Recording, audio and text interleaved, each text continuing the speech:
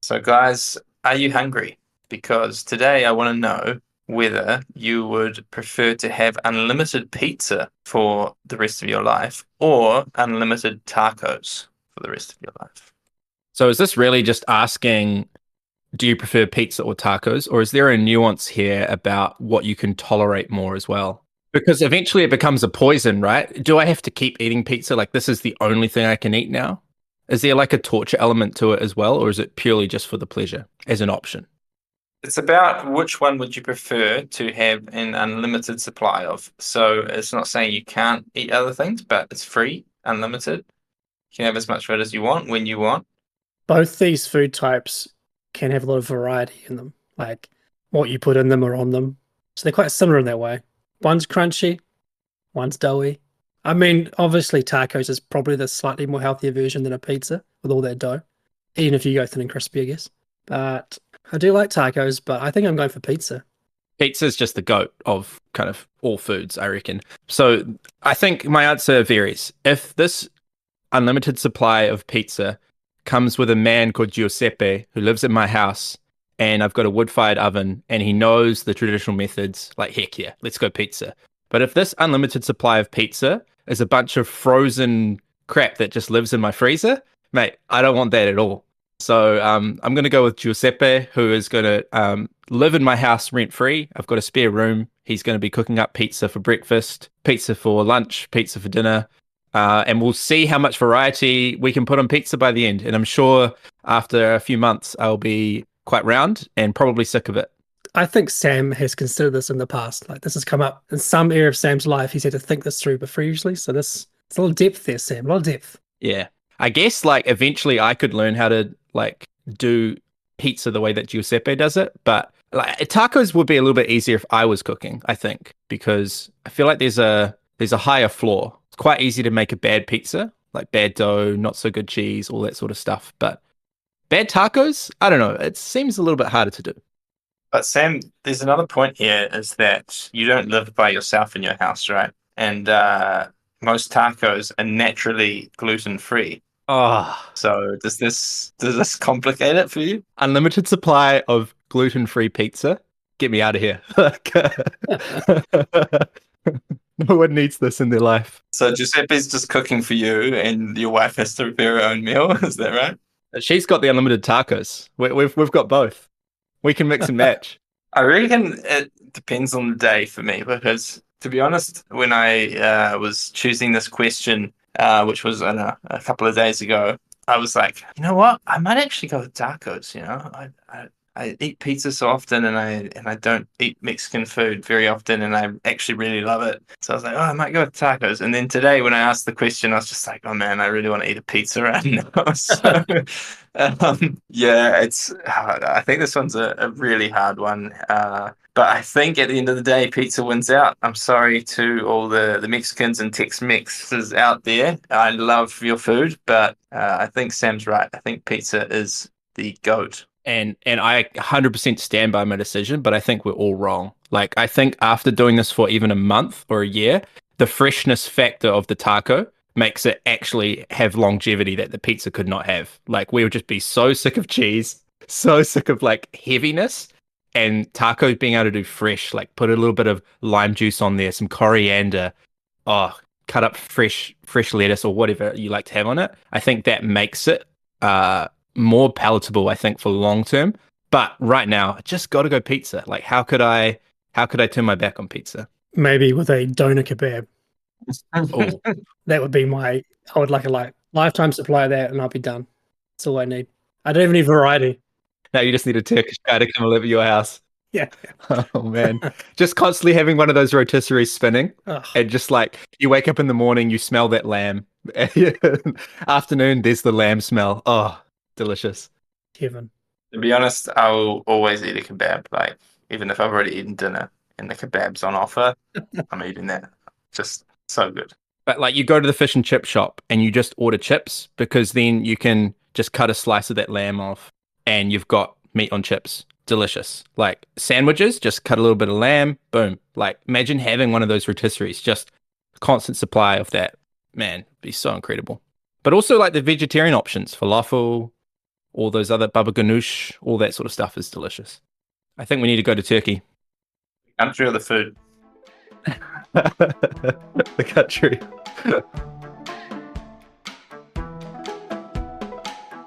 Welcome to the Lens and Veil podcast. Join Shem, Sam, and Zach as they dive into a designer-focused analysis of unconscious mind.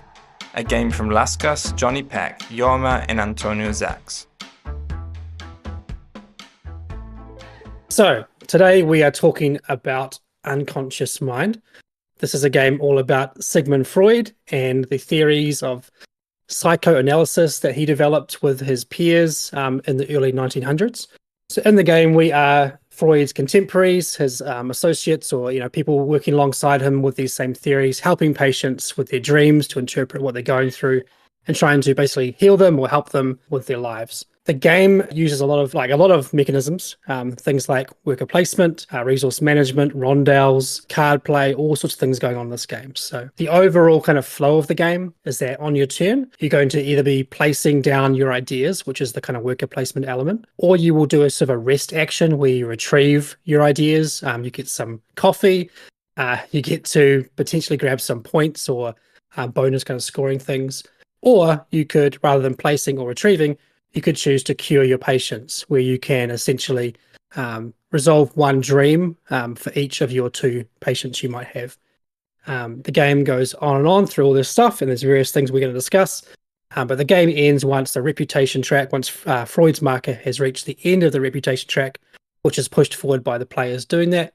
At that point, there's one more round, and we tally up all the points. This is a game full of mechanisms. So there's a lot to discuss.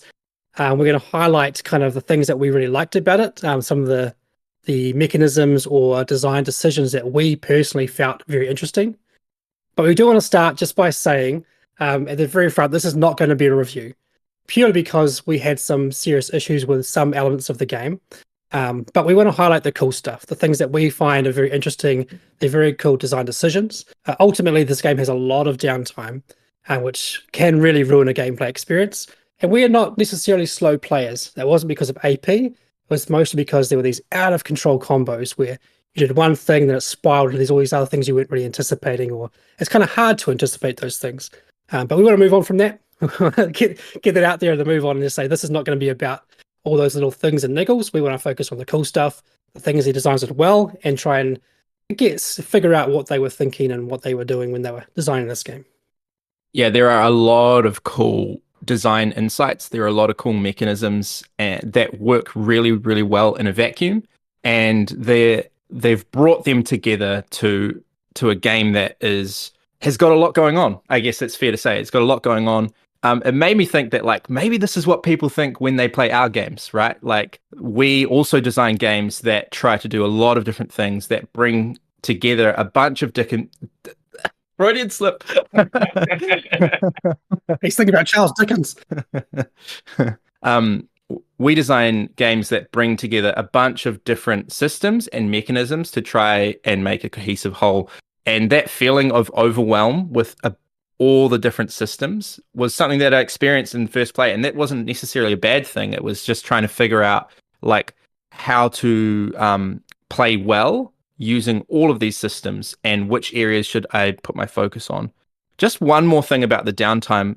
We're not saying that the game was actually too long. I was actually quite impressed with the length of game. We would get a game played in about 2 hours or something like that. It wasn't too long at all. It was just the fact that we had to wait so long for our turns. That was the thing that was quite painful.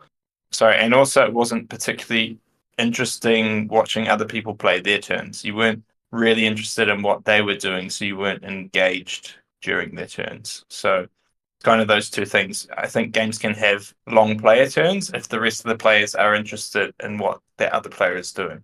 Yeah, so let's dive into a player's turn then.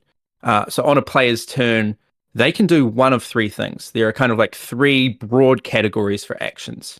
The first category is to state ideas, which is, would you say this is the main one? This is the kind of like the worker placement idea, where players have these little speech bubbles, which are essentially workers, and they place them out onto a grid. There are 9 action tiles So 9 different actions that are available on this board.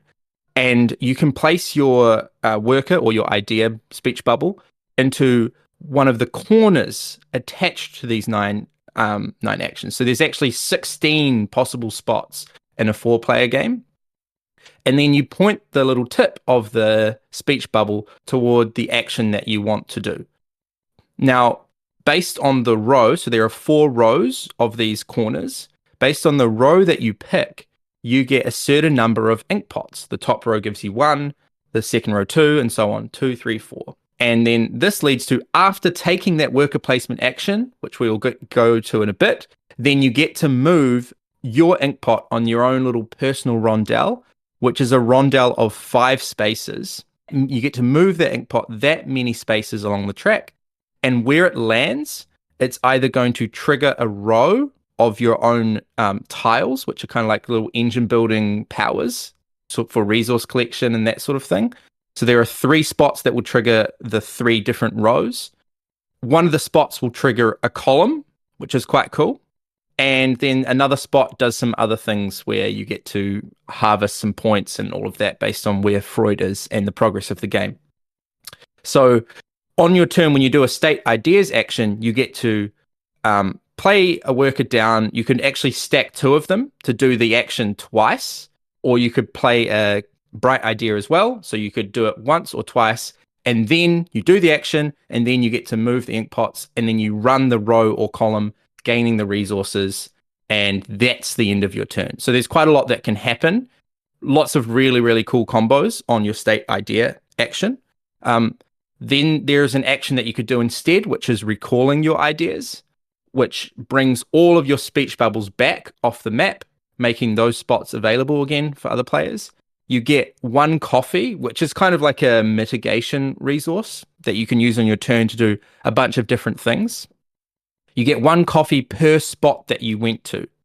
So that's doing a similar thing to what we do in lots of these games, where when they have a recall or a rest type action, we want to reward the player for doing lots of stuff before doing that rest action. It's in Concordia, it's in Wayfarers, it's in Nippon in different ways. So I think that's something that we could talk about.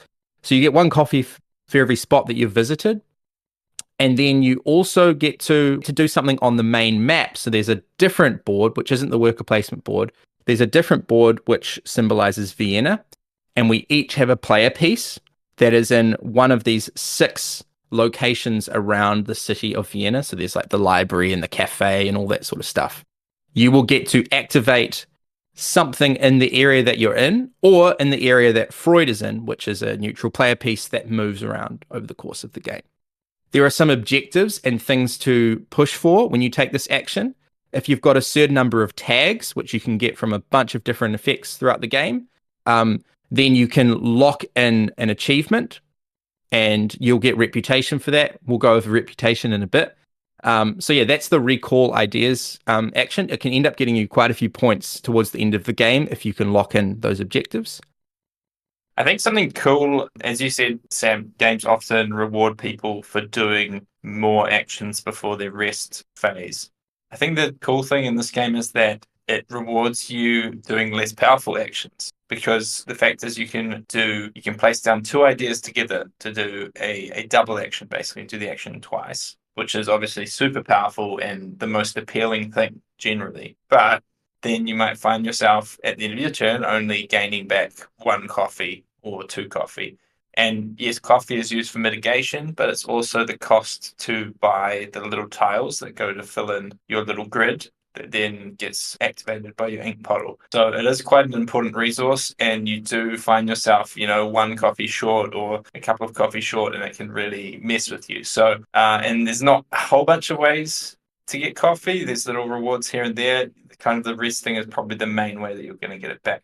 So that kind of creates that interesting tension, which I really like about, should I do lots of little actions and then rest, or should I take a couple of really big, powerful double actions? Yeah, I was also thinking through this a bit, how there's quite a few games out there that do the same system where it's on your turn, do 1 or 2 things. So say Terraforming Mars is an example where you could play 1 or 2 cards. I think it's been a while, but I believe it's that kind of thing where you can either play down 1 card or 2 cards. And it's always strange decision I find in these kind of games where you feel like you should be doing two, right? Like it's optimal to always have the best turn possible. But this game does give some reason to why you might not do that. I do like how they give a halfway point where you could do one of your ideas attached with a bright idea. And that's probably the best way to play if you have a bright idea engine kind of kicking away where you have them coming in, because you could just do one here with a bright idea, still have a powerful turn, but you're not like clumping down all your tokens into one area.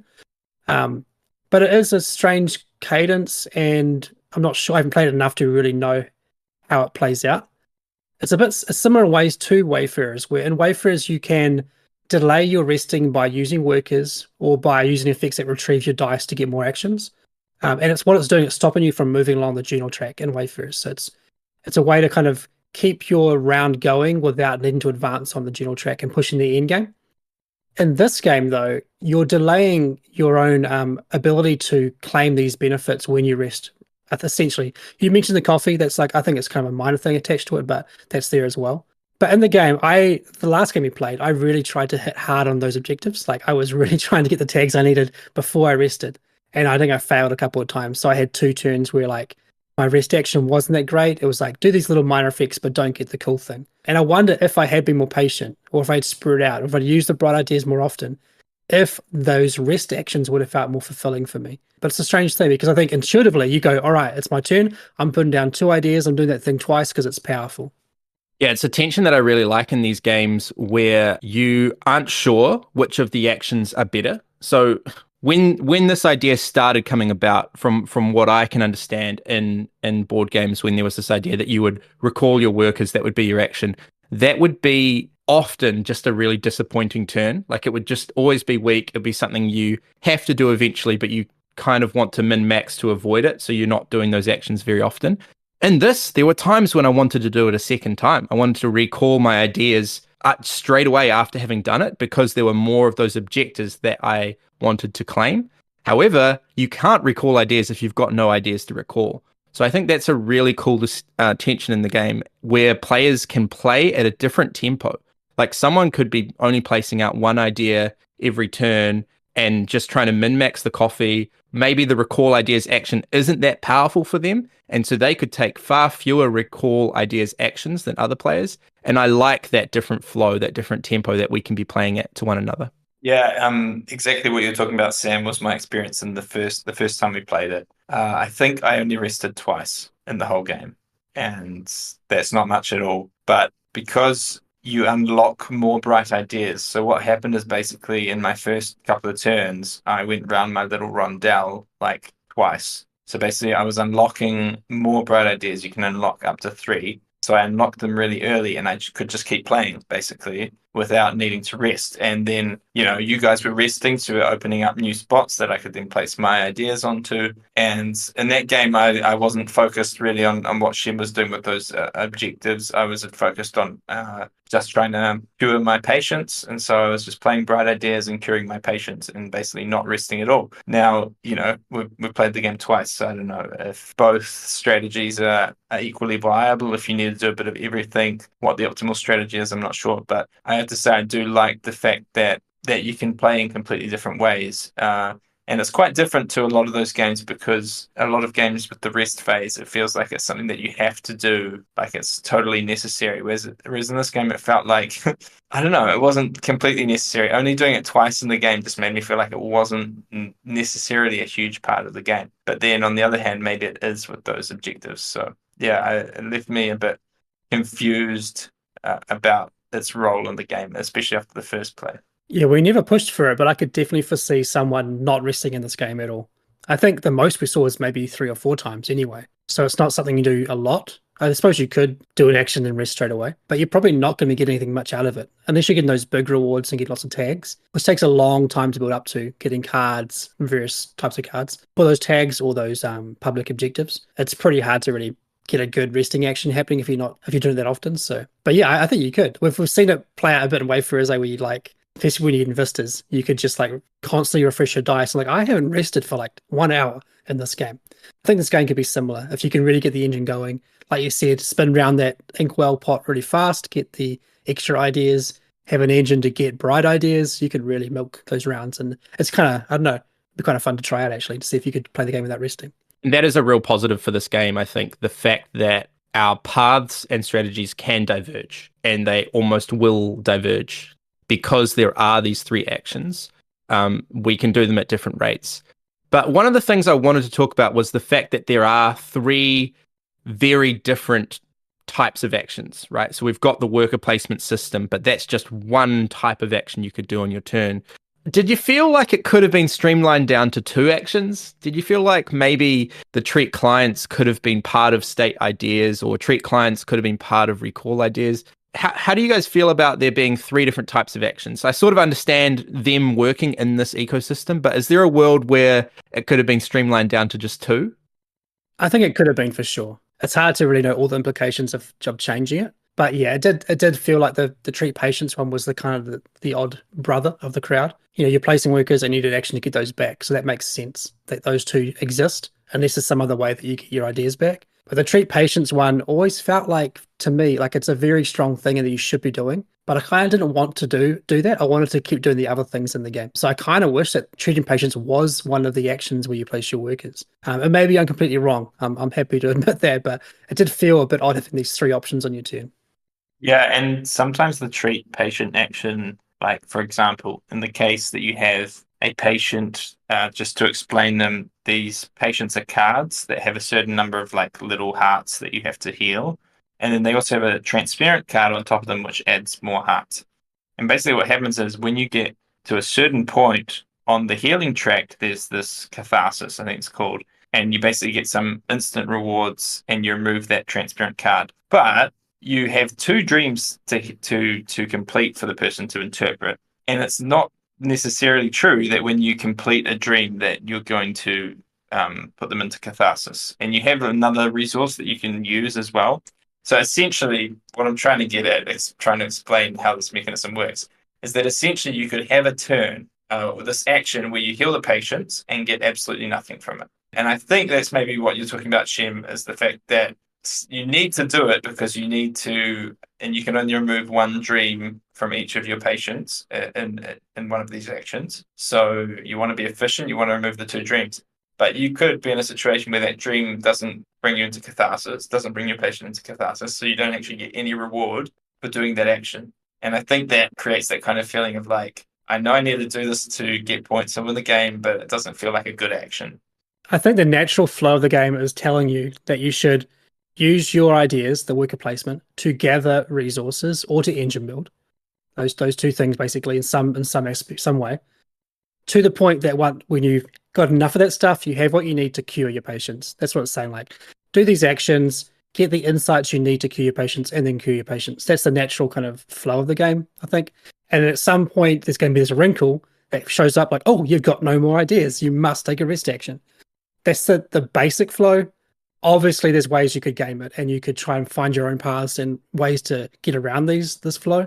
But I think that's what the designers are getting at. Like, this is what the worker placement is for. It's for getting what you need to then cure your patients. You should be curing patients every, I think ideally every 3 or 4 turns. We definitely had games where it was like you did 3 turns back to back of cure patients because you have enough insights and your engine kicks off.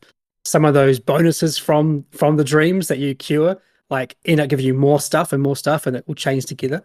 But yeah, I don't know. I think I would have preferred removing one of those 3 turn options, I suppose. Let's move to the state ideas action, and in particular these tiles. So there are 3 actions they're all along the top row of the action grid that allow you to buy tiles.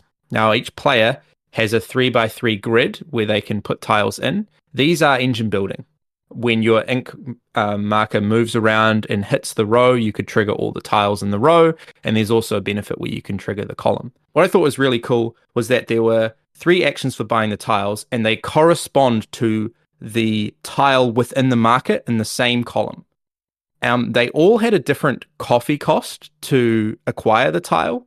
The first one on the left was just pay 1 coffee and you get the tile. That's it. Then the next 2, they flip over when the tile slides down to the right in the market. And when they flip over, it's the same tile, but there's an extra little immediate benefit on the right-hand side. And the rightmost two actions allow you to trigger that immediate benefit when you gain the tile. So the middle one is pay 2 coffee. You get the tile like normal. It flips back over when you get it, but you get to trigger that immediate benefit one time. Very cool. And then the final one is pay 3 coffee, gain the immediate benefit like before, but also trigger what that tile would normally do straight away as well. And I think that's a really clever way of doing a market-based system where you are unlocking these engine building options, but based on where it is in the market, it has different effect. I thought that was a super cool system. And what you're doing with these tiles, once you fill up a row in your player board, you get to unlock a little player colored disc. And those player colored discs can be used to hold as resources, but they can also be used for completing some objectives with the journal and with the objectives on the City of Vienna map. And then also if you complete a column, you get to do one of those things as well. There seemed to be quite a lot of incentive to take these tiles, not only because you've got the engine building every time your ink pot moves around, but also unlocking these discs were very important. And you get points for every row that you've completed at the end of the game. Yeah, I think it's quite cool because it adds this fact of like, you're not just engine building, because in a lot of games, you buy a card, you buy a tile, and you're engine building, but you're not getting anything in that moment. You're getting something in the future. And the clever thing there is it's like, okay, spend a bit more and you can both engine build and get something now, And that's a good feeling because you're like, oh, I really need to fill out my row, but I also really need this resource. Oh, I can get them together. If I've got enough coffee, I can get them together. And so I'm saving myself a turn. I'm not going to have to get that resource going to a different worker spot. For example, there were some worker placement spots that were just about gaining resources, basically. I don't think we used them very often. And when you went there, it felt really bad because you really wanted to gather stuff kind of as you were doing other stuff. You wanted to gain those resources to be able to heal the patients. Yeah, and there's also the other actions of the card play stuff and also moving on this Vienna map. What they did in a great way, though, is they had all these engine building tiles that Sam talked about. They were at the very top of this action, which what that meant is that after you take the action, you only get 1 ink pot movement. So this rondel on your player board that kind of fires off these abilities and progresses your game a little bit, you only do a very small amount of that. Whereas in the middle row, you've got a little bit of like... I guess it's like manipulation of these insights, which are the resources. You've got playing cards, and you've got some moving of Freud around the map, one of your own player. But you get like 2 or 3 movement on your ink pot, and at the very bottom you've got this like get 1 of each insight, very dumb action. Draw 1 card, which is pretty unexciting as well, or move Freud. So, but these actions, while they're quite weak in a way, gave you 4 ink pot movements, which was amazing because you basically do a lap of your player board, unlocking probably another insight token, a idea token, and possibly firing off your cool engine you've been building the whole game. So yeah, I also really liked this whole thing of get the tile now but nothing else, or get 1 benefit or 2 benefits. I think what it does, it creates a cool tension where you might take a tile purely for that immediate effect because in the moment it's great and you're like, hey, I'm progressing my engine, that's cool, I need to do that anyway, it's worth points, unlock some cool stuff. But then you might take it for that immediate and then go, you know what? This is actually not the greatest tile for my engine. It doesn't synergize.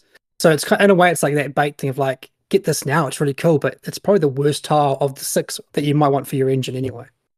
Yeah, and if you've got 6 coffee and you go to the rightmost spot and you place down 2 ideas to take that action twice, you can actually game the slide as well. So the tiles will slide immediately after buying the first tile. So you buy the first tile, you trigger the benefit, and that could trigger a slide of the tile that was in the second column, and you might be planning to hit that one as well. So I think that is really fun. Little min-max thing you can do. Yeah, I'm not sure I was convinced, though, about only buying from the column, because there were some situations where it was just kind of frustrating because maybe the 2 rightmost, or like the 4 spaces or whatever the workers' placement spots were blocked. And you wanted to buy a specific tile, but you had to like wait until people rested or whatever. And, you would have been fine going to the spot without the instant bonus, but that had a really bad tile on it and it's not going to refresh until someone buys another tile. So I don't know. What did you guys think about being restricted to only buying the tile in the same column? I really like the kind of instant benefit, the no benefit, instant benefit, double instant benefit thing. But what do you guys think about being restricted to the column? Well, there were 8 action spots for these tiles. So there's a lot of options for players. I can recall maybe once or twice being blocked and feeling like, oh, I really want that thing, but I can't get it. And this brings a little bit of a negative for me in the game where, like, there were some really cool tiles for sure. Ones that give you like the little heart-shaped boxes, which can be great for healing your patients, or certain things that gave you like a tier 3 insight resource, which was amazing for helping out as well. But a lot of these tiles were quite generic and very samey and very like sideways feeling, where you give up this thing to get this thing, and they didn't have much identity to them. They would just kind of like spend A and get B. They didn't feel that great. So I don't know, like if the blocking didn't bother me so much because of this other negative in a way where like tiles are just tiles. They're not that great. You want to get them to unlock your rows and columns. You'll probably make use of them in some way in the future because they're going to help you get the resources you need. But it wasn't like a game where you see this amazing card show up. Like, oh, that's that card I love, and it has this cool power. And like, the moment that it arrives, you're like, I've got to have that. I didn't get that in this game at all. They didn't have that personality to them in the tiles. Yeah, I agree. I think the main reward for getting a tile wasn't what the tile does. It was just that you got a tile. You got to fill your grid. And I think part of the thing here is that actually the tiles are really well balanced from what I can tell. They're super well balanced. And so there isn't that kind of excitement about a broken tile. You know what I mean? Or like, yeah, as Shem said, there's not an extreme degree of identity that they have. Like, they'll specialize in a particular type of, is it an insight? The 3 color resources and the insights, and one might be good at one and one might be good at another.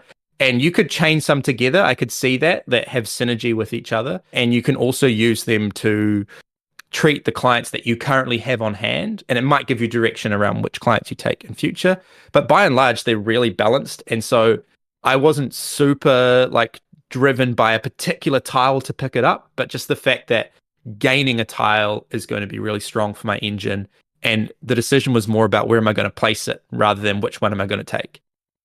Yeah, so to answer your question, Zach, I think if they did have more personality and they were like cooler and funner, then that blocking probably would have frustrated me because like I really want that tile and I can't get it, and it's really annoying I can't get it. Yeah, and actually what you said about blocking is true, that there were 8 spots. But the fact that you can almost not rest over the whole game did mean that there were times when actions were literally blocked for a long time. On those tiles, I remember a moment, but also on another area, which were the books, the research books. I remember a long section where just Shem could not go and complete the books, and he just had to wait until someone rested. And because of the turn order, basically, if I rested, then Sam would get to make all the books. And if Sam rested, then Shem would get to make all the books. So, yeah, there are a lot of worker placement spots, but it's a little bit of a problem. This fact that we said was cool before, but maybe it creates problems that you can potentially not rest at all, or hardly ever rest.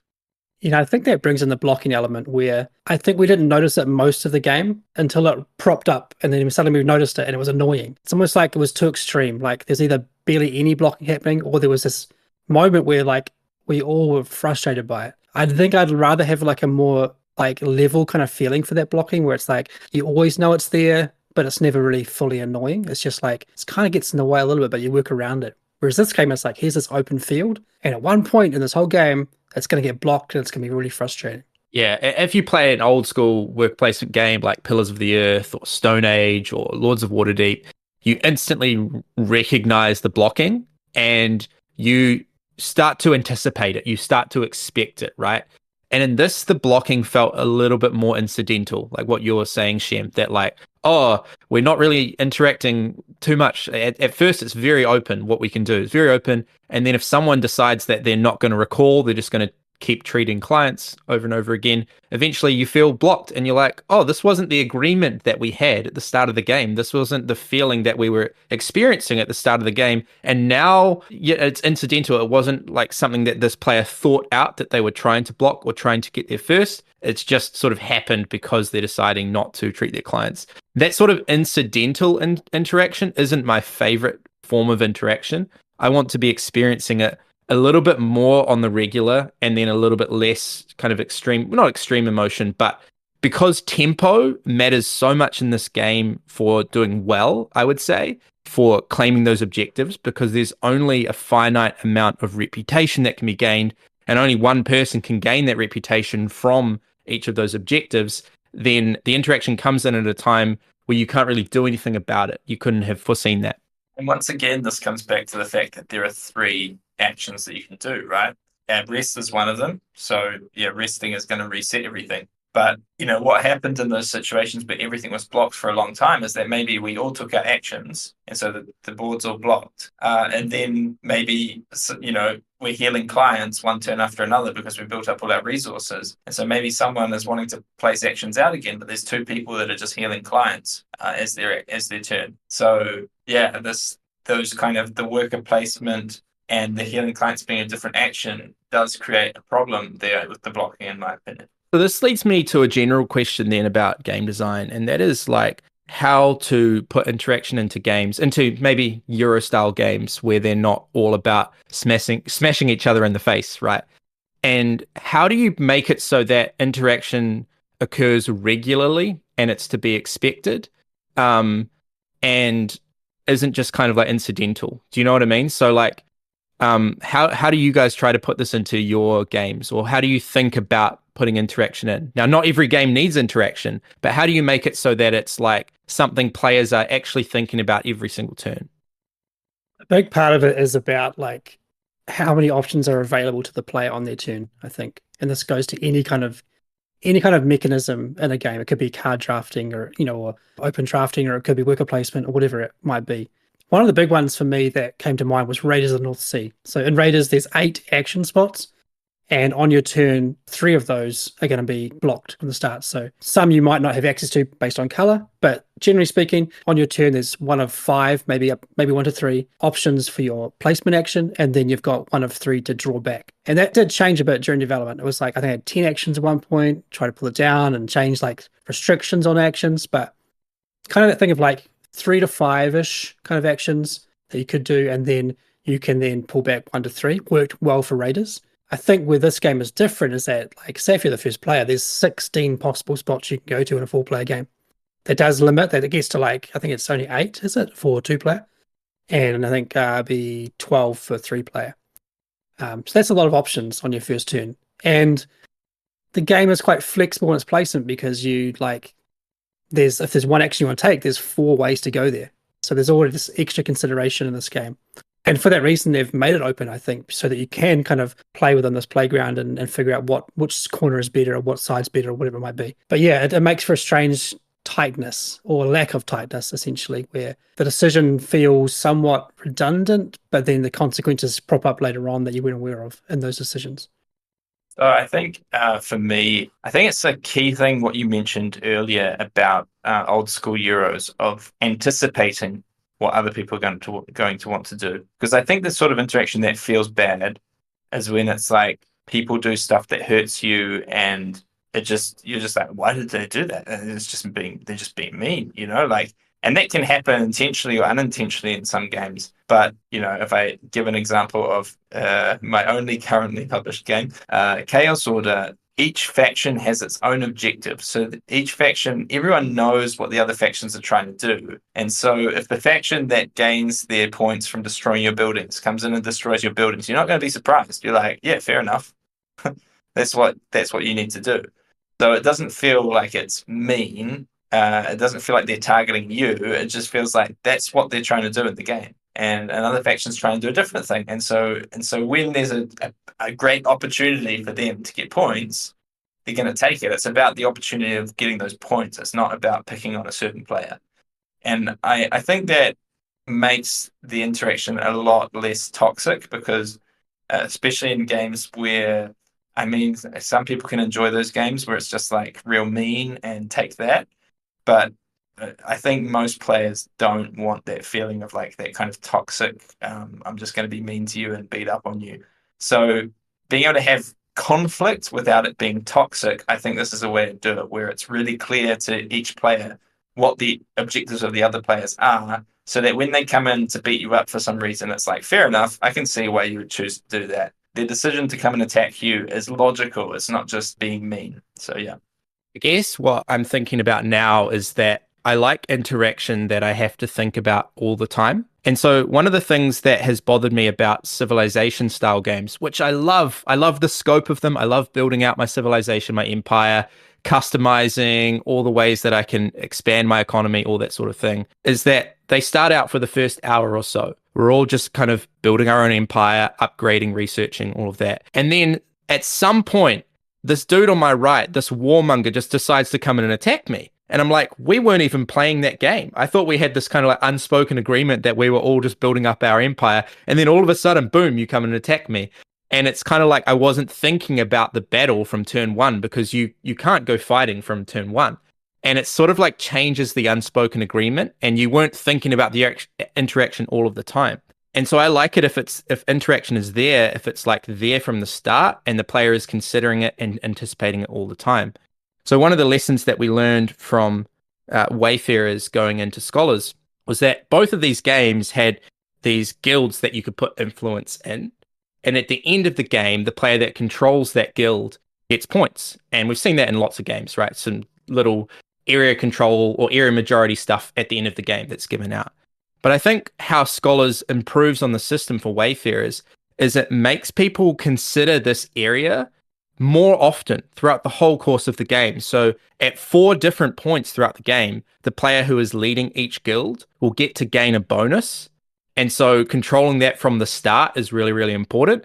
But also what it does is they lose one of their influence from that guild when they are controlling it. They get the bonus and move the influence over. And that means that players also have a chance to catch up. In Wayfarers, one, you're not considering it necessarily for the whole time, and it's not going to keep coming back to reward you. And two, someone could just stockpile and build up an insurmountable lead. Where in Scholars, if you have an insurmountable lead, you might get a bonus 3 times throughout the course of the game, and then you've lost 3 influence, and so someone surely should be able to surpass you. So that's the kind of interaction that I like more, and I think we nailed the influence kind of area majority vibe in Scholars as opposed to Wayfarers. Yeah, so talking about where I was always aware of the interaction in this game, I think was actually the books, the research. So especially in the second game, because I mean the first game you're just getting a handle on the systems, but not many areas of this game was I thinking a lot about what other players were doing. But when I started to kind of want to build these books and get them before other players, and basically how these books work is you pick up these research cards that are different colors, and you need a number of different colors to finish a book. You also need a special little token, the ones that you pick up from completing rows or columns of your color. So there's a few prerequisites. But once someone has researched one of these, you can actually cite their research. So you can actually take their cards from the book that they've completed and they gain a bonus and use those cards to complete a different book. So it's quite cool and a really thematic idea about citing research, and I really like that. But it was very much like in that situation I talked about previously, if Sam gets to do the books now, he's just going to be able to do a whole bunch of them because he's got the right color cards to finish a whole bunch of books, and he's going to be able to cite the books that I've already done. And so as soon as that space gets unblocked, someone's going to be able to do 2, maximum double action. But 2 is huge, right? But I was aware of the interaction of like, I was looking at how many cards you guys had in hand and seeing if I could get to certain books before you. I don't know if it was the same for you guys, but at least for me, that was the one area of the game where I felt there was a bit more interaction. Yeah, that moment in that second game was very tense because if I rested, I opened the spots up for Zach. If Zach rested, then opened the spots for Sam. Sam had no need to rest, so I was just waiting for you guys to clear out the board. But what happened was that I think Zach eventually had to rest, and he did.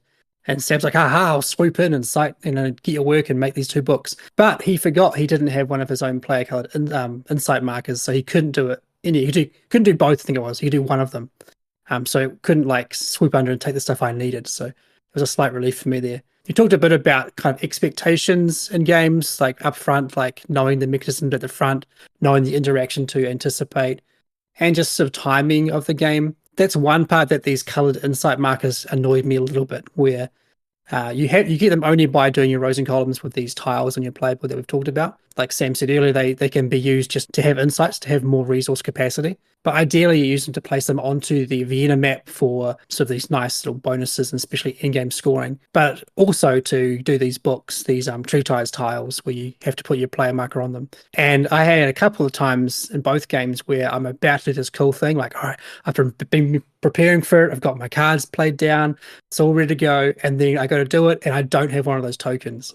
I found that quite frustrating in the game. And I'm sure that would go away with more plays. But the fact that, like, if you're not aware of it and you don't realize it, it's a lot to catch up on. If you're like, oh, I don't have a token, now I have to try and fill a column or a row. That's like 1 or 2 more actions to actually make that happen. I found that gate quite annoying. I quite like having gates in games where there's this thing you have to do first to get this thing. But those tokens I didn't find overly fun. Perhaps if you just started with 1 extra one of your player card at the start, that might actually solve a lot of it for me. It was more like the timing consideration. Like you start with 0 of them, and you have to get everyone you want to use, you have to unlock.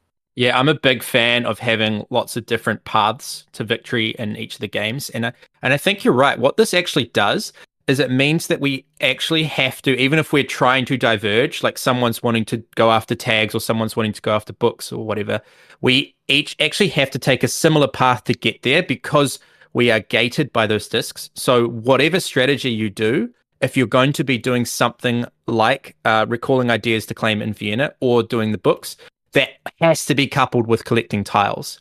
And I would like to see a strategy actually where I can do things like that without collecting tiles, but the game is forcing us to collect tiles. Now, of course, collecting tiles is good and it's engine building and stuff like that, but I don't feel like they needed to couple those paths together. And instead, we could have a little bit more divergence of strategy of gameplay there. Yeah, I think it's a case of too many prerequisites, in my opinion. But I mean, may not be the case, as Shem said, playing it more, maybe it adds to the game in some way, to the experience. But I think just sometimes as designers, we're tempted to put in too many prerequisites to achieve something. You know, we're like, okay, you're going to need resources and you're going to need this symbol and you're going to need that other thing. And I think it's really easy to do that when you're designing a game, because it makes it more difficult to complete that thing. But in this game, you had to do a lot, to get 2 or 3 different research cards to be able to complete the book, and they had to be the right color, and it wasn't always easy to get the right color. I drew a whole bunch of cards and still didn't have any green ones, for example. Or, on the Vienna map, you had to have a whole bunch of tags, and getting tags wasn't that easy. Like, you actually had to do a lot of work to be able to get like 5 tags to get a good rest spot. So it already felt like you had to do so much work. And then you also had to have the other thing, if you know what I'm saying. And so in that case, it felt like it was just too many prerequisites for me, too many things I had to fulfill, because already the main one, shall I say, which in the case of Vienna is the tags, and in the case of the books is those research cards, was already a lot of work and a lot of action spent to get that. I guess what I like to see in games, and this is maybe my kind of extreme taste and personality coming out, but I would love to play a game of this where someone says, I was the treatise guy, look, I did these 6 treatises, and then someone else is like, I cured 8 patients. But what ended up happening by the end, I think we definitely took different paths to do this, but by the end we had each treated 5 patients and in both of our games and published 2 treatises, and the story at the end of the game, if you took a photo, it looked like we did very similar things, even though we had different experience and the way we got to those things was different. So I think that is there in the game. But because of the gates and because of the cadence and the tempo of it, it felt like by the end we did very different things. I would love if those training wheels could be taken away. And actually there's a guy that was completely the treatise guy, and we're all just reading his books. And there was someone that somehow managed to be able to treat more patients than someone else. Now, with more plays, maybe that would come out a little bit more, but I still think that there is that rail around these systems that I enjoy a little bit more sandbox there. Yeah, and because of that, the public goals were interesting, I'll put it that way. So there were these public goals that wanted you to do certain things, like 2 treatises, cure 3 of the routine clients, or 2 of the case study clients, or have 2 tokens down on the Vienna map, that kind of stuff. They're all these little, little simple kind of public goals, and some of them were more achievable than others. I think the 5 clients was definitely going to happen in the last few rounds of the game, whereas you could really rush some of them. But like Sam's saying, we kind of end up doing everything. Like you could definitely play this game without doing any treatises. Like you could do that, but to get like more than 4, that's a really hard stretch. So everyone's going to be doing similar things, which makes these public goal tiles a little bit frustrating because everyone's doing the same stuff. Everyone's going to reach most of these conditions by the end of the game at some point. It comes down to tempo, and sadly, it's like really dictated a lot by turn order because the first player has first dibs on all these things. We found that quite strange in the game. And Sam, you compared it a bit to our Saga system. Yeah, I did. So yeah, in our Tome Saga or Rune Saga system, you would play through the West Kingdom games, for example. And at the start of the game, there would be 3 objectives that are placed face up. And if someone, it might say like, have 6 deaths in Paladins of the West Kingdom. And the person that is first to claim those 6 deaths will get to claim that tome. And that would give them a point for the whole saga. And it also will give them an ability in the next game in Viscounts. Do I just admit that like we didn't playtest these that many times? And I sort of felt that like, if we had playtested them lots, we would have figured out that like the first player gets this 45% of the time with no counterplay, that other players can't do that. And so in this, even though they definitely balanced turn order with like the resources and all of that sort of thing, playing later in the round sort of felt like you didn't have full control over being able to get some of these objectives. If the player in front of you wanted to gun for them, they totally could. And I think that that criticism is also fair of our Tome Saga system. But the fact that you play it, one time through, it just doesn't end up mattering that much. If we kept playing these Tome Saga systems, we might have changed that. But it felt like in this, with the objectives always the same every single time, and if you're playing in a particular seating order at the table every time, and someone has a certain play style, they like to do a certain thing, they could almost guarantee it if they're sitting in front of you. Maybe I've got that wrong, but it seems like turn order actually mattered quite a lot for these objectives. Yeah, so in defense of the saga, a little bit, the goals you need to achieve are quite wildly different. So, and they are designed in a way to say, like, this is going to take some sacrifice to get it. Whereas in Unconscious Mind, I don't think that's really true. There's not much sacrifice. There might be like, I'll do this now, not next turn. Like it's that kind of like you have to rush to get it. But one thing that also bugs me a bit about this is that these tiles you get, they give you a reputation, I think it is, straight away. So you get to move on the track, the game progresses. But the other part is they give you these 2 tags, which are so good for the stuff when you rest to claim the benefits. So if one player does have tempo on these and gets more of them, they then suddenly have more tags. So they're now far more powerful in this other area of the game. So kind of snowballs a bit there as well. Yeah, there is one very clear like exception to me with this, where there is an objective around curing 3 of the ongoing ability patients, and there's one that's around curing 2 of the in-game patients. And I guess that if the player feels like the players in front of them have tempo on the ongoing ability ones, then they could go for the in-game ones. And you can see what clients people have in their Tableau. So you can kind of look and see, okay, yeah, this person does have tempo on that one. So I'm actually going to pivot straight away to going for the in-game objective ones instead to make sure that I can cure those 2 first. But yeah. That's true, Sam. But I feel like the patient powers, which we haven't talked about yet, but essentially there's the clients, the case studies, which give you in-game scoring goals, and the routine clients who give you player powers, essentially. And those player powers are really powerful. They're way more impactful than the little tiles that you get and other stuff. At least in my experience, the patients that I did gave me some ridiculous powers that I abused as much as possible. And so to me, it would just feel like it's not worth sacrificing getting those powers early in the game to do those case study patients. I'd maybe pick a case study patient and put them in my second room because he's got a good end scoring goal for me. But I really want to unlock those ongoing powers because they are really strong. So that moves us to, with these objectives, you gain reputation when you claim them. And reputation is quite an interesting thing. So there's this little track at the top of the board where there's only about 9 or 10 spots on this board. And those are worth victory points at the end of the game.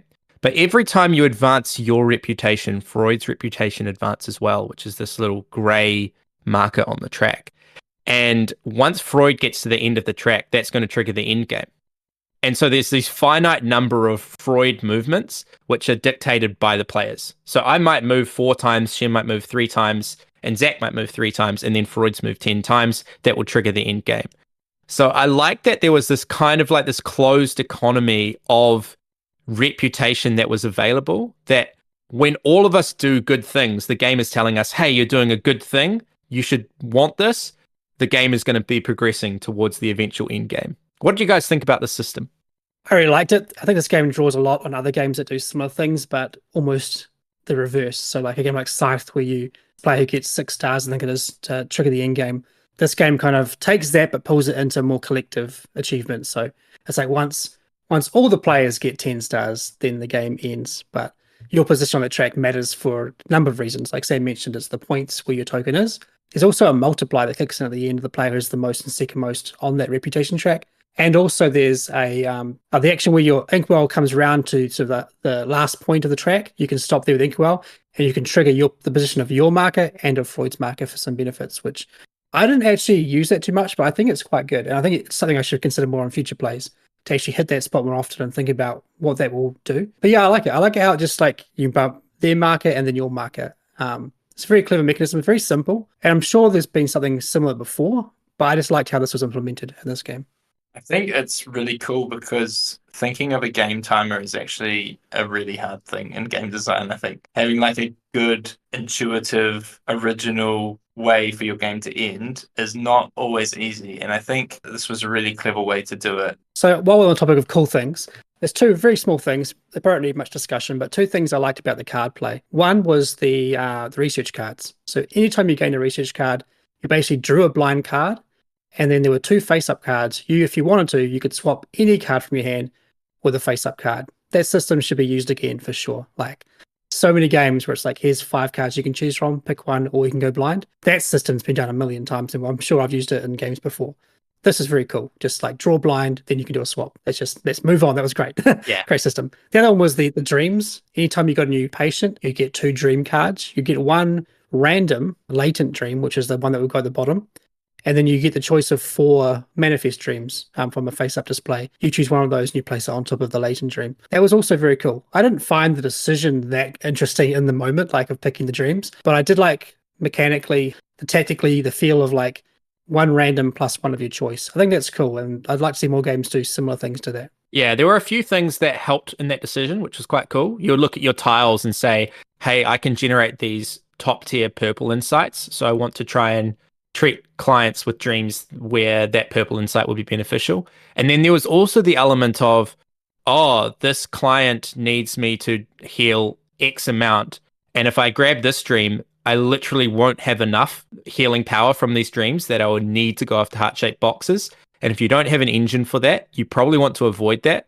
So it was a cool decision that like, actually, I want to make sure that I'm not overcapping these hearts. Like if you draft too much, it's also wasteful, right? You're not getting all the value out of it. So I think the decision to be able to choose the second one was a good one. It was a good choice there. They also added in this little aspect to try and make that market more interesting. I imagine that somewhere in the design process, they went, this little choice between the 4 dreams needs to be more interesting. So they added these little symbols that there's, 4 or 5 different symbols, I can't remember, that are on the dreams in the market, the 4 dreams. And if they match up with the patient's, basically the transparent card that's on top of the patient, if it has the same symbol, when you cure that dream, you then get 1 heart-shaped box, which is basically like an extra heart that you can cure. And so that adds to that decision as well about not just looking at the number of hearts or the reward that it gives you when you cure it, but also being like, I can get an extra bonus here. And I actually found that actually baited me sometimes because, I would choose something for the symbol and then be like, actually, I should have chosen the one that had 4 hearts because this person has 7 or 8 hearts to heal. So I find it fun in games when they bait me into doing something that I really shouldn't have done because I'm going to get a little bonus. When if I'd thought about it, a bit more deeply, I should have done something else. So I enjoy that sort of thing. Even though those little symbols didn't feel particularly integral to the game, they did add that little extra to that market choice, I guess.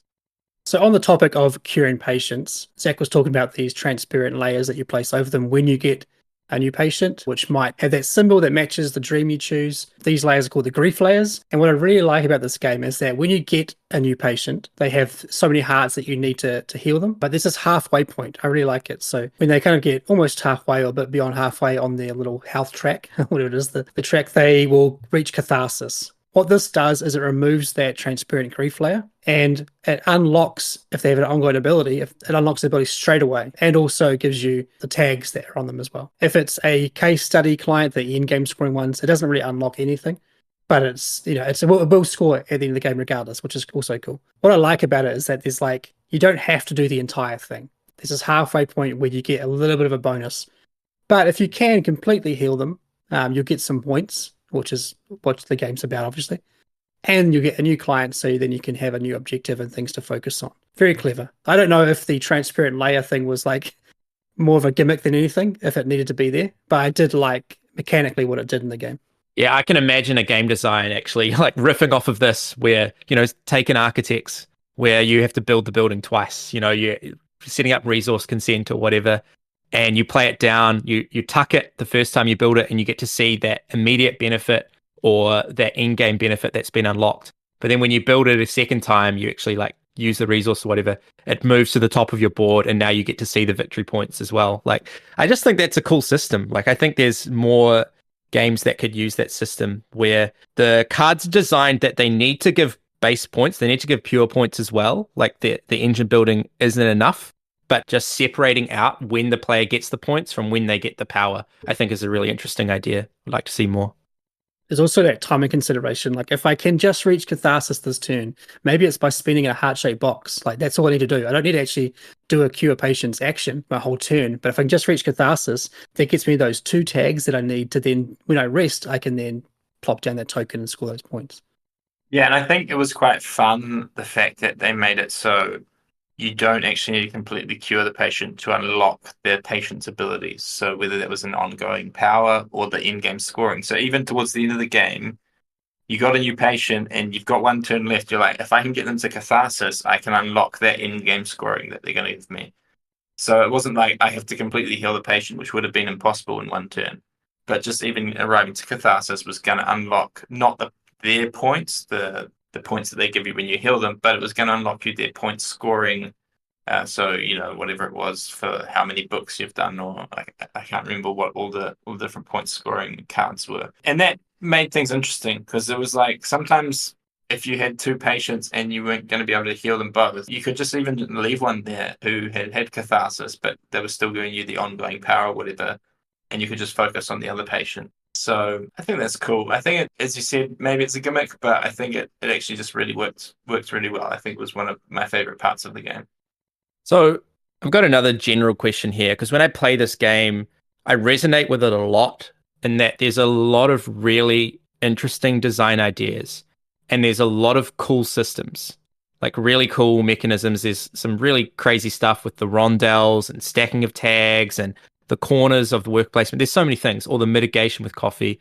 There's lots of really cool ideas. And me as a designer, I like to add cool systems, little toys and mini games and puzzles for players to solve that work really well together. But I want to pick your brain, Shem, and maybe Zach as well. When is it too much? How do you figure out how to say no to things? No to even cool things? Because this is something that I need to learn as a designer as well. Because my feeling with this is there are so many cool systems. There might even be too many cool systems, but I wouldn't necessarily know what to cut and how to say no to things and how to streamline. And when should that be done and when don't you need to do that? Just a nice light question. There's a lot of different thoughts around this, I guess. Yeah, do you want to answer that or not? Give it a shot. I suppose it really comes down to the designer and the developer, I suppose. A very common thing we hear quoted by people is about how your game's done when you finish taking stuff out. That's a very common thought that people have, just keep pulling stuff out until there's nothing left to pull out. That's one train of thinking, and it's a very good way to streamline.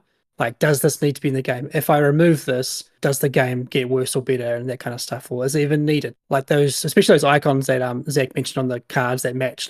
You could rip that out. I wouldn't care less. It's gone. Who cares? So there's plenty of stuff in this game that you could pull out, and you probably wouldn't miss it.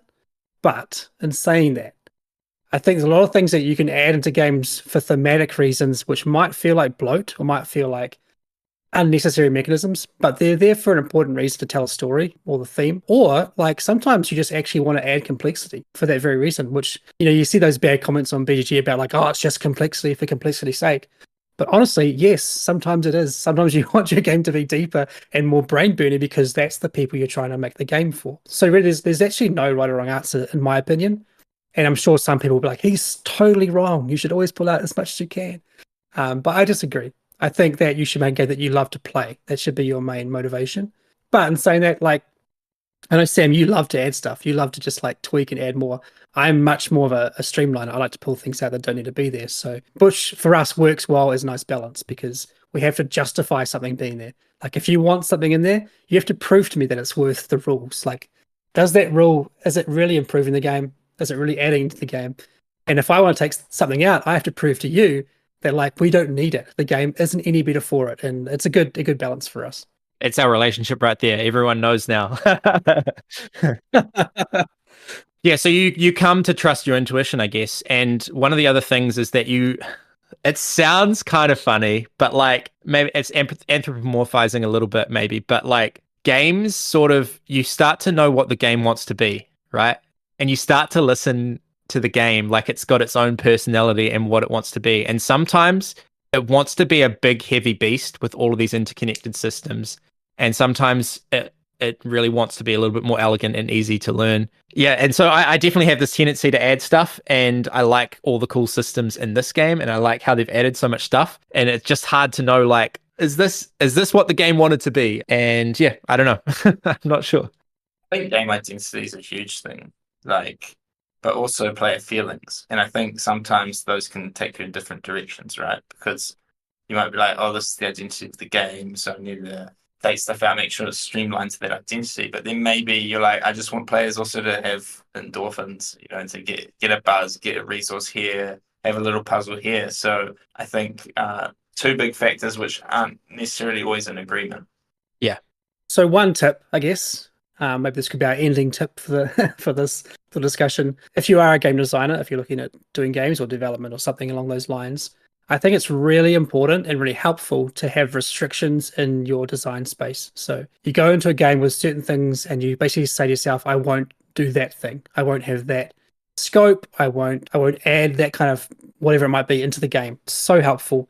And a lot of those restrictions can be for thematic reasons. A game that Sam and I are currently working on with another designer, it's set in a time where there wasn't any kind of currency in that time. So there were no coins. So we can't just use coins as a currency in the game. We're not going to put it in there because that would make sense. So you have to try and figure out, like, what would they have done? Like, what kind of exchanges between people would have there been to correlate to what we would now use to, like, spending? I think I said, as you said, you say, like, if this game was medieval, this would so be coins. Yeah. Like, this resource would be coins, easy, because it makes sense. So those restrictions are great. And I think with Unconscious Mind, maybe they could have pulled things back that didn't stay true to those restrictions. Like those weird symbols on it. It's like, what are they really doing? Like, are they not helping the story? They're not helping you understand Freud and what happened back in those days. So things like that. I think if it's not going to help tell the story or help kind of, in a way, tell what the game is really about, just you can get rid of them.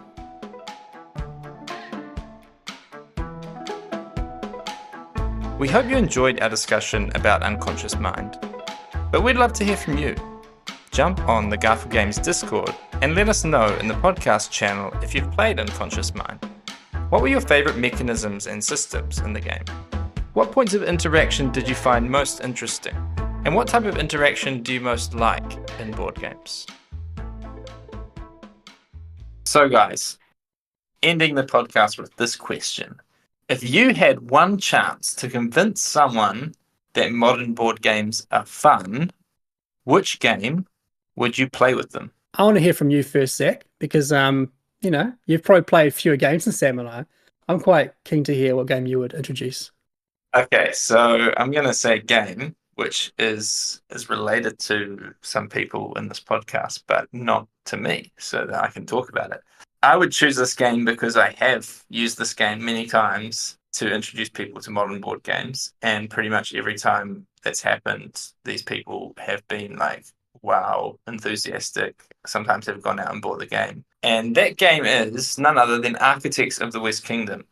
So basically what happened is I was in New Zealand back in 2017. Actually got married in New Zealand to my Italian wife at that time. But in those months that I was there, there was this kind of playtesting of this game going on from this new game, and Sam asked me to come and help do some playtesting with Shem as well. And so I playtested this game, and I was like, "This thing is flipping amazing." I was like so in love with Architects.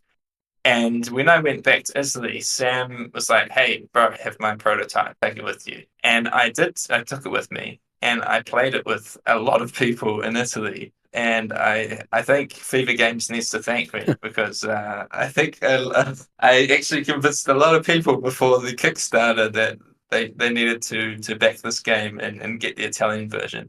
And just even more recently, I think back to a year ago or so, had some university students at my house over for dinner, and they wanted to play a game. I brought out Architects, and I think the next day there was a couple there. They went and bought it from the board game shop. So Architects is quite unique because it's very simple to play. You place down a worker, you do the thing, but it's got so much depth at the same time. And it's so much fun just building up your groups of workers. It's so much fun capturing other people's workers. It just has everything in there, I think, for someone who hasn't really experienced modern board games to have a good time with something that's a bit more complex than what they're used to. And people might think, like, can you teach Architects to anyone? Yes, you can, and I do, and they enjoy it. And for example, we have a friend of mine, Sam's. His family used to love Catan and play Catan all the time. And when Architects came out, it actually replaced Catan in their household. Now, that's not to say that Architects is better than Catan. I'm not trying to do these comparisons, but just that it can be that family game where it's like, we want to just keep playing this again and again. So that's the game I would choose. I'm sorry that it was a Garfield game, guys, but that's honestly my answer to this question. Well, you mentioned Catan, and that's surely a really, really good shout. Like, that just has a proven track record of getting so many people into the hobby. I don't think any other game is close. But Catan is also a game that my wife has refused to ever play. Even though when we first started playing games, she was playing other gateway games, and she was like, "I don't want to play Catan. That's the game you play with your friends." So, and also it doesn't support 2-player, so that was a bit of an issue anyway. But you know, some games that might be hits for others, not hits for everybody. So I'm actually a little bit surprised by Architects. I think I can see like why you choose it, but it can be a little bit complex. A lot of rules up front for like how different things work. But I did teach it to my kids, my 2 older girls, earlier this year. They were at the time, they were 10 and 11, and they picked it up pretty fast. I was quite surprised by how fast they picked it up. So yeah, I'll say it feels like I set you up for that great compliment, but we'll take it. Yeah, I have to say the rules teach is the hardest part in the process, but I've never had someone, after teaching the rules and then actually playing the game who was like, "Oh man, that was bad because the too many rules," because once you start playing, everything flows. Yep. And you forget about the 15, 20 minutes that you had to listen to rules, and you're just like, "Oh my goodness, I want to play it again." And that, I think that's a key, is it's a little bit like a drugs where you just, not that I know anything about that, but it just gives you that feeling of wanting to play another game again. And that was like my experience when we were playtesting, where we would play 4 games in a row. And to be honest, I was like, yeah, we could do one more. Come on. So I think a game that gives you that feeling of instantly wanting to play again is that perfect game to introduce people to the hobby. My pick is absolutely hands down going to be Ticket to Ride. For me, that is Catan. That is the better gateway game, in my opinion. And it's also proven for me as well. Like, I've played that game with so many people who don't play other games, and they love it and they thrash it, and they do want to play it like 3 times that night. It's gone down like really well with my family. We actually picked it out this week, played it a couple of times this week. After our big binge of World Wonders, we went back and played some games with Ticket to Ride. I think it's just like, it looks cool on the table. The presentation's great, little trains. The mechanisms are so simple. It's like spend cards to place tracks or draw cards. That's like as simple as it gets. It's like a card game, essentially, how basic that is. But the decision space, the trying to build your network, to try and make connections to optimize the race to be the first player to get out your train so the game ends at the right time. All that stuff makes for like good decisions for players who don't necessarily understand other mechanisms about like worker placement or engine building or all these things that like we love in games are just, they're going to throw other people out. They're like, this is too much. I can't learn all this stuff. It's too much to take in. One extra thing though, the other game I was considering for this was Downforce. And that comes from experience of like, I was going to bring a game, I did bring a game to a Christmas thing with family, and it was with my wife's side of the family, and they're not gamers at all. But they love sports and they love like competition and that kind of stuff. So I was like, Downforce feels like a game. We got it out on the table, we played it, and they loved it. They loved the betting and everything because they're into horse racing and cricket and rugby and all sorts of stuff. They just loved the game, like to the point that they were like, where can we buy this game? All that to say, I think you've got to know your audience, got to know what they're into. And if you can find a game that you know will appeal to them, could be thematically, and that's the go-to. But for me, Ticket to Ride has been the one that seems to have the widest appeal as I've tested it out. So it's a great game. Yeah, if you want to know why we like to put tension in our games, like Architects has a lot of tension, play Ticket to Ride, and you'll see why tension is such a good thing. You're on the edge of your seat. You're looking at that route between, I don't know, Prague and, I don't know, Berlin. I don't even know if there's a route there. Whatever. You're looking at that. You're hoping no one takes it, and it's so good just to sit there and all that tension and that turn next is fantastic. So the question was, if I had one chance, just one is my answer. I think it's never missed. I've shown so many people this game. The fact that you can play with 3 up to 7. Actually, you can play with 8. There's a little hack because the person that's guessing doesn't need to have an easel. So you could play with 8 players. You just pass it around. I've played it with family that don't like games. It is so fun. Very, very easy to understand. And always people will say, let's play again. Let's play again. Let's play again. So I think that it is a fantastic game. Just one. Thanks for listening to the Lens and Veil podcast. This podcast is brought to you by Garfield Games. You can follow Garfield on Facebook, Instagram, TikTok, X, and YouTube, or by joining the Garfield Discord server.